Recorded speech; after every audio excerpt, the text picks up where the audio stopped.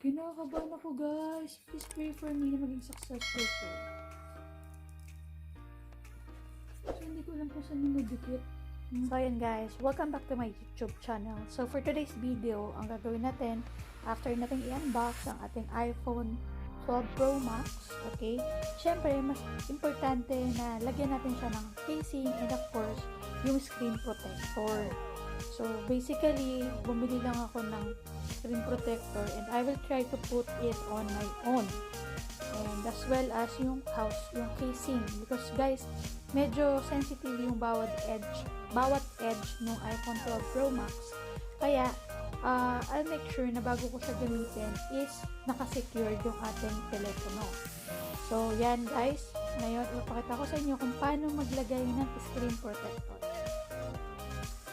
So, yun guys, meron naman dito instruction kung paano siya gamitin. Okay? So, ito lang yung susundan natin and I'm praying na maging successful ang ating gagawin. So, yan guys, actually, meron tayong warranty para sa ating screen protector. Kaya medyo malakas din ang aking loob na gawin to mag-isa. So, let's see kung magiging successful ang ating gagawin.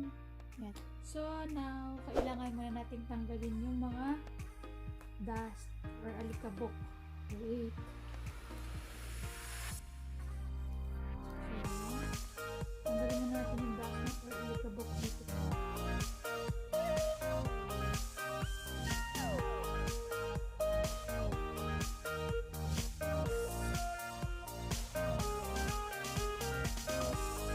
So, careful. Kinakabahan ako guys. Please pray for me na maging successful to. So, hindi ko lang kung saan yung nagdikit.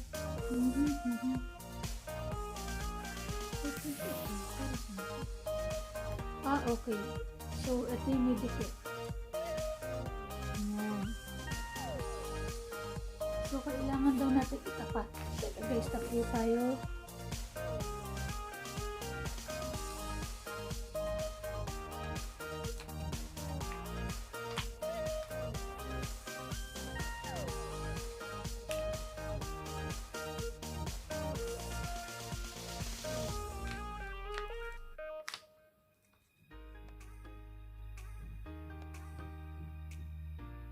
Hindi ko makita yung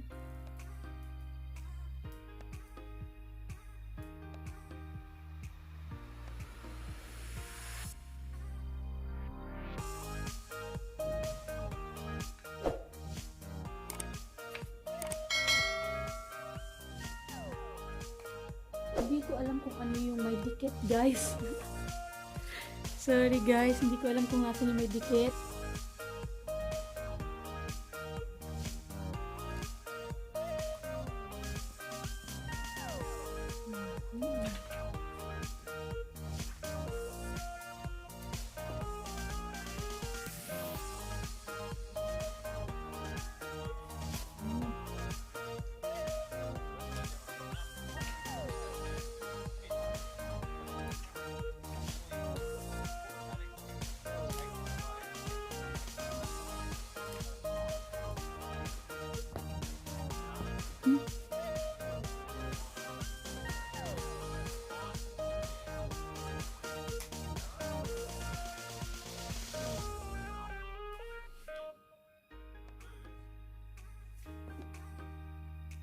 So guys, ayun yung purpose niya dito. Yung ibang screen protector, meron silang parang yung parang hulmahan. Pero yung binigay sa akin is wala. So I think this is the purpose nitong white.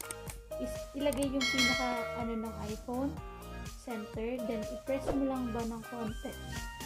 While lifting up the screen. Like this. Push mo lang. Make it sure. Oops.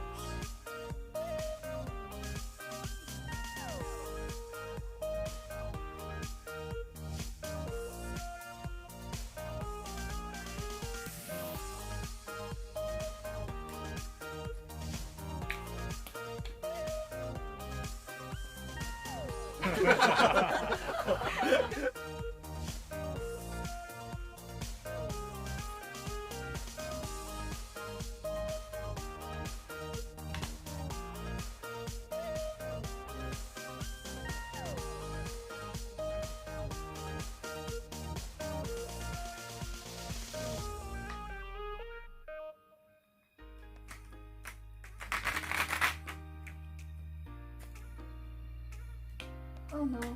So guys, baliktad. Hindi siya talaga para doon. So, hindi itong side na to yung para doon. So, oh man. Alikabok na. So, sana maging successful itong gagawin natin. So, I don't know kung itong side ba na to ang para sa ating phone. So, let's see. Alam ko na yung title nito. Putting the screen protector went wrong.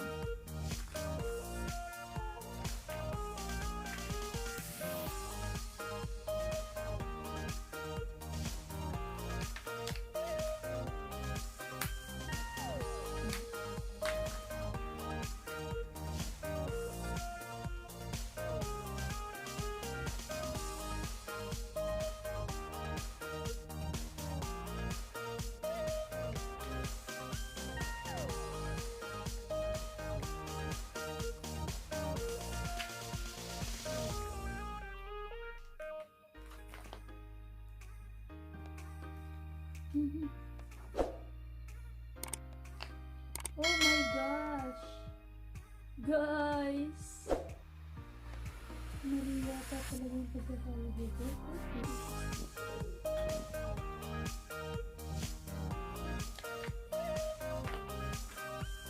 Praying! This will be successful! Oh my gosh! So yun guys, mali kasi hindi siya pantay.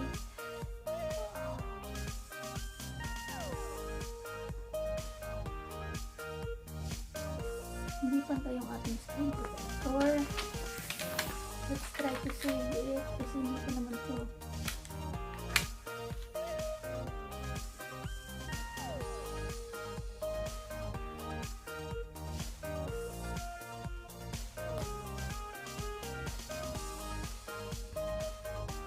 Hindi ko naman siya dikit. So I'll try to fix it guys. Just pray for me, mga nanonood dyan. Sa mga oras na to, naikabit ko na siya. Praying and hoping that it will be perfect. Oops! Yes, wala na akong magagawa. So, nadikit ko na siya. I'll check kung... Wow! In fairness guys, nagawa ko siya ng maayos. Pero syempre, nakikita niyo may bubbles. So, ang gagawin natin is, wala silang binigay na parang wet wipes, ganun. Hindi ko alam kung bakit. Pero, of course, we need to remove the bubbles. Which is normal naman yan na nagkakaroon sa mga screen protector pag naglalagay tayo. Pero at least, straight yung ating paglalagayan. Nakita niyo ko ba yung bubbles? Wala na. Meron pa rin yan. Kailangan na natin ng konti. In fairness guys, as in perfect yung pagkakalagay ko, kinabahan ako. Kala ko hindi ko magagawa ng maayos. Thank you Lord. Kasi guys, medyo mahal din yung ating screen protector. It's 100 plus dirhams. So, kamusta naman? Even though meron naman siyang warranty, kaya lang of course hindi natin alam kung yung maling paglalagay ba is covered or hindi. Ayan guys, so at least nakita nyo naman, diba yan? Okay naman yung ating paglalagay yan. I don't know how you can see it. Yes. So, putting screen protector on our own. Oops, yun. May nakita kong bubbles. So, kailangan natin remove yung mga bubbles. Make sure na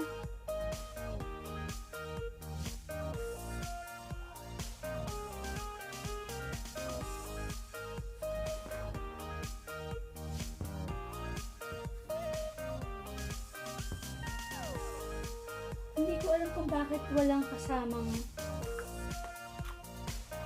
parang yung wet wipes pangtanggal. Ito lang yung meron siyang kasama yung dust remover lang, pero wala siya yung hindi ko alam kung bakit. Pinaban ako doon. At least success guys, success. Kasi tinatamad na ako guys bumalik doon sa aking binilihan kasi 'di ba? Syempre i-unbox natin, alangan namang ipalagay ko na doon. So gusto ko makita nyo talaga yung unboxing na gagawin ko doon sa phone. Kaya hindi ko talaga pinalagyan doon, pero I'll try to remove the dust from the tissue using this.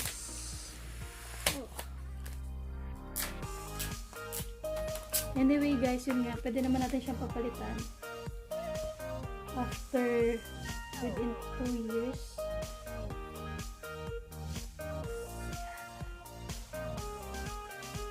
Yun lang, daming dust ng yung ano ng tissue. So, tanggalin lang natin.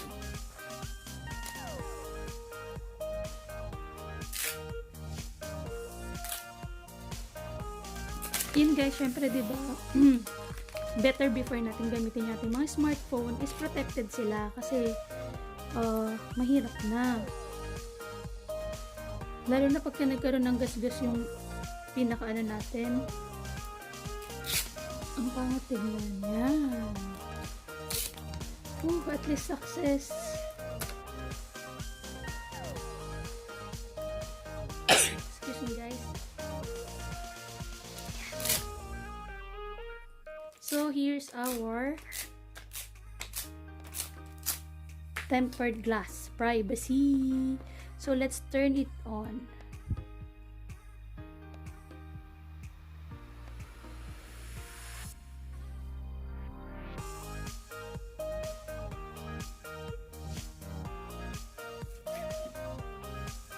Kung makikita nyo guys, hindi naman lahat yung buong screen ng ating telepono is covered ng screen protector.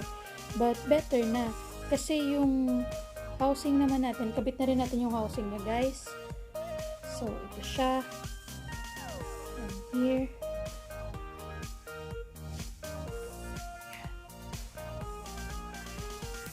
Yan. Yay! Secured na ang ating telepono guys. So, right now, it's Monday, December 28.